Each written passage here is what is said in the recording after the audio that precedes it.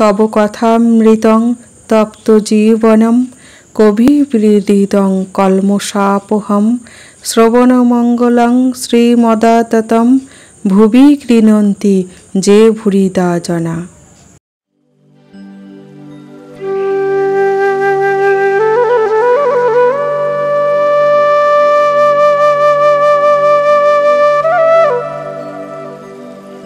ব্রাহ্ম সমাজের প্রার্থনা পদ্ধতি ও ঈশ্বরের ঐশ্বর্য বর্ণনা। পূর্ব কথা, দক্ষিণেশ্বরে রাধাকান্তের ঘরে গয়না চুরি, 1869। শ্রীরামকৃষ্ণ শিবনাথের প্রতি বলিলেন, হ্যাঁ গা, তোমরা ঈশ্বরের ঐশ্বর্য অত বর্ণনা করো কেন? আমি কেশব সেনকে ওই কথা বলেছিলাম।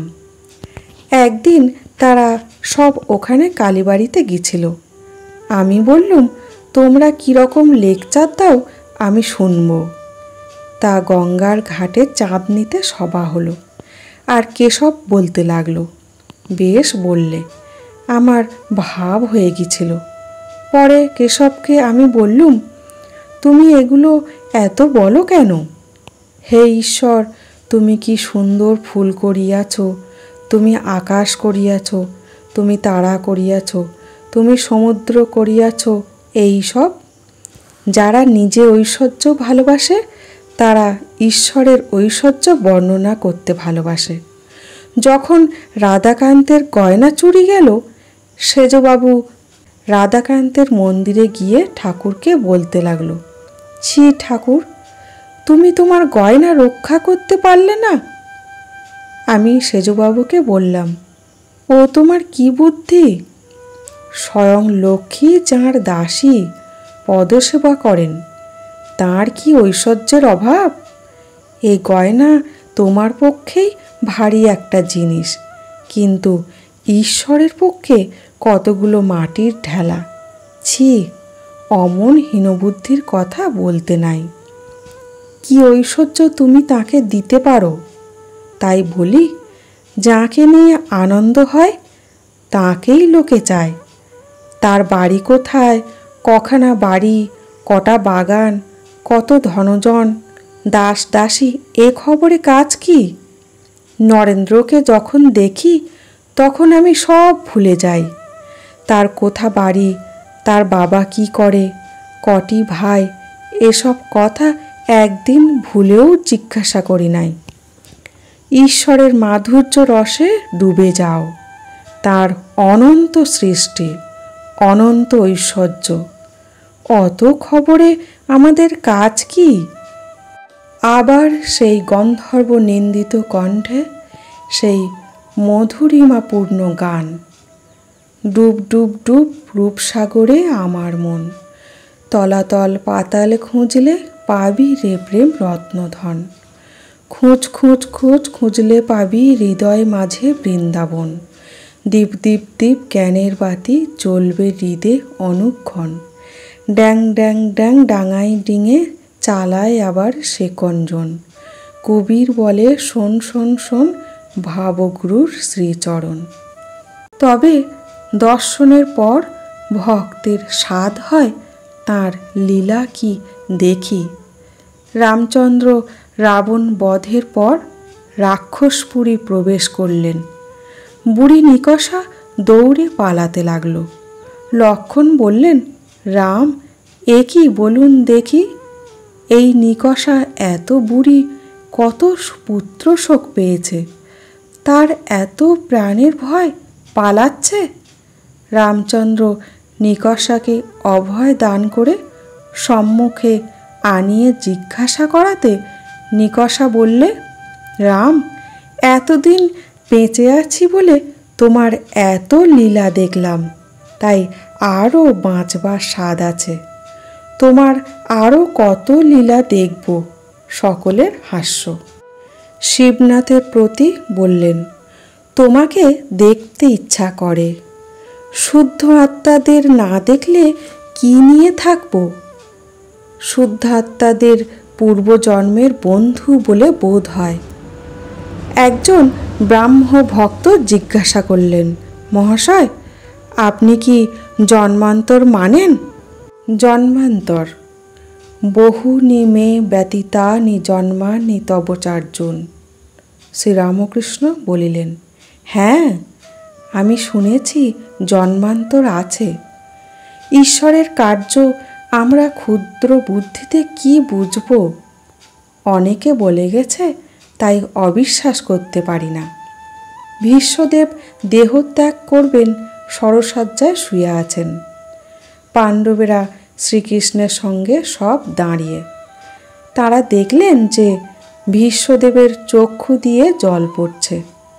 অর্জুন শ্রীকৃষ্ণকে বললেন, ভাই, কি আশ্চর্য! পিতামহ, যিনি স্বয়ং ভীষ্মদেব, সত্যবাদী, জিতেন্দ্রীয়, জ্ঞানী, অষ্টবসুর এক বসু, তিনিও দেহত্যাগের সময় মায়াতে কাঁদছেন। শ্রীকৃষ্ণ ভীষ্মদেবকে এ কথা বলাতে তিনি বললেন, কৃষ্ণ, তুমি বেশ জানো আমি সেজন্য কাঁদছি না। যখন ভাবছি যে পাণ্ডবেদের স্বয়ং ভগবান নিজে সারথি, তাদেরও দুঃখ বিপদের শেষ নাই, তখন এই মনে করে কাঁদছি যে ভগবানের কার্য কিছুই বুঝতে পারলাম না। কীর্তন আনন্দে ভক্ত সঙ্গে সমাজগৃহে এইবার সন্ধ্যাকালীন উপাসনা হইল। রাত্রি প্রায় 8:30। সন্ধ্যার 4-5 দণ্ডের পর রাত্রি জ্যোৎস্নাময়ী হইল। উদ্যানের বৃক্ষরাজি লতা পল্লব শরৎচন্দ্রের বিমল কিরণে যেন ভাসিতে লাগিল। এদিকে সমাজগৃহে সংকীর্তন আরম্ভ হইয়াছে। ভগবান শ্রীরামকৃষ্ণ হরিপ্রেমে মাতোয়ারা হইয়া নাচিতেছেন। ব্রাহ্ম ভক্তেরা খোল করতাল লইয়া তাহাকে বেরিয়া বেরিয়া নাচিতেছেন। সকলেই ভাবে মত্ত, যেন শ্রী ভগবানের সাক্ষাৎকার লাভ করিয়াছেন। হরিনামের বোল উত্তরোত্তর উঠিতেছে। চারিদিকে গ্রামবাসীরা হরিনাম শুনিতেছেন, আর মনে মনে উদ্যান স্বামী ভক্ত বেণী মাধবকে কতই ধন্যবাদ দিতেছেন। কীর্তনান্তে শ্রীরামকৃষ্ণ ভূমিষ্ঠ হইয়া জগন্মাতাকে প্রণাম করিতেছেন। প্রণাম করিতে করিতে বলিতেছেন, ভাগবত ভক্ত ভগবান, জ্ঞানীর চরণে প্রণাম, ভক্তের চরণে প্রণাম, সাকারবাদী ভক্তের চরণে, নিরাকারবাদী ভক্তের চরণে প্রণাম, আগেকার ব্রহ্মজ্ঞানীদের চরণে প্রণাম, ব্রাহ্ম সমাজের ইদানিং ব্রহ্মজ্ঞানীদের চরণে প্রণাম। বেণীমাধব নানাবিধ উপাদেয় খাদ্য আয়োজন করিয়াছিলেন ও সমবেত সকল ভক্তকে পরিতোষ করিয়া খাওয়াইলেন। শ্রীরামকৃষ্ণ ও ভক্ত সঙ্গে বসিয়া আনন্দ করিতে করিতে প্রসাদ গ্রহণ করিলেন। চতুর্থ খণ্ড। শ্রীযুক্ত বিজয়কৃষ্ণ গোস্বামী ও অন্যান্য ব্রাহ্ম ভক্তের প্রতি ঠাকুর শ্রীরামকৃষ্ণের উপদেশ। প্রথম পরিচ্ছেদ। মুক্ত পুরুষের শরীর ত্যাগ কি আত্মহত্যা? দক্ষিণেশ্বর কালীবাড়িতে শ্রীযুক্ত বিজয়কৃষ্ণ গোস্বামী ভগবান শ্রীরামকৃষ্ণকে দর্শন করিতে আসিয়াছেন। সঙ্গে 3-4টি ব্রাহ্ম ভক্ত। অগ্রহায়ণ শুক্লা চতুর্থী তিথি, বৃহস্পতিবার, ইংরাজি 14 ডিসেম্বর 1882 খ্রিস্টাব্দ। পরমহংসদেবের পরম ভক্ত শ্রীযুক্ত বলরামের সহিত ইহারা নৌকা করিয়া কলিকাতা হইতে আসিয়াছেন। শ্রীরামকৃষ্ণ মধ্যাহ্নকালে সবে মাত্র একটু বিশ্রাম করিতেছেন। রবিবারেই বেশি লোক সমাগম হয়। যে সকল ভক্তেরা একান্তে তাহার সহিত কথোপকথন করিতে চান, তাহারা প্রায় অন্য দিনেই আসেন। পরমহংসদেব তক্তপোষের উপর উপবিষ্ট। বিজয়, বলরাম, মাস্টার ও অন্যান্য ভক্তেরা পশ্চিমাস্য হইয়া তাহার দিকে মুখ করিয়া কেহ মাদুরের উপর, কেহ শুধু মেঝের উপর বসিয়া আছেন। ঘরের পশ্চিম দিকের দ্বার মধ্য দিয়া ভাগীরথী দেখা যাইতেছিল। শীতকালের স্ত্রীরা স্বচ্ছ সলিলা ভাগীরথী। দ্বারের পরই পশ্চিমের অর্ধমণ্ডলকার বারান্দা, তৎপরই পুষ্পোদ্যান, তারপর পোস্তা। পোস্তার পশ্চিম গায়ে পূর্ণ সলিলা কলুষহারিণী গঙ্গা, যেন ঈশ্বর মন্দিরের পাদমূল আনন্দে ধৌত করিতে করিতে যাইতেছিল। শীতকাল, তাই সকলের গায়ে গরম কাপড়। বিজয় শূল বেদনায় দারুণ যন্ত্রণা পান, তাই সঙ্গে শিশি করিয়া ঔষধ আনিয়াছেন। ঔষধ সেবনের সময় হইলে খাইবেন। বিজয় এখানে সাধারণ ব্রাহ্ম সমাজের একজন বেতনভোগী আচার্য। সমাজের বেদির উপর বসিয়া তাহাকে উপদেশ দিতে হয়। তবে এখন সমাজের সহিত নানা বিষয়ে মতভেদ হইতেছে। কর্ম স্বীকার করিয়াছেন, কি করেন স্বাধীনভাবে কথাবার্তা বা কার্য করিতে পারেন না। বিজয় অতি পবিত্র বংশে, অদ্বৈত গোস্বামীর বংশে জন্মগ্রহণ করিয়াছেন। অদ্বৈত গোস্বামী জ্ঞানী ছিলেন, নিরাকার পরব্রহ্মের চিন্তা করিতেন, আবার ভক্তির পরাকাষ্ঠা দেখাইয়াও গিয়াছেন। তিনি ভগবান চৈতন্যদেবের একজন প্রধান পার্ষদ। হরি প্রেমে মাতোয়ারা হইয়া নৃত্য করিতেন। এত আত্মহারা হইতেন যে নৃত্য করিতে করিতে পরিধান বস্ত্র খসিয়া যাইত। বিজয়ও ব্রাহ্ম সমাজে আসিয়াছেন, নিরাকার পরব্রহ্মের চিন্তা করেন, কিন্তু মহাভক্ত পূর্বপুরুষ শ্রী অদ্বৈতের শোণিত ধমনী মধ্যে প্রবাহিত হইতেছিল। শরীর মধ্যস্থিত হরিপ্রেমের বীজ এখন প্রকাশোন্মুখ, কেবল কাল প্রতীক্ষা করিতেছে।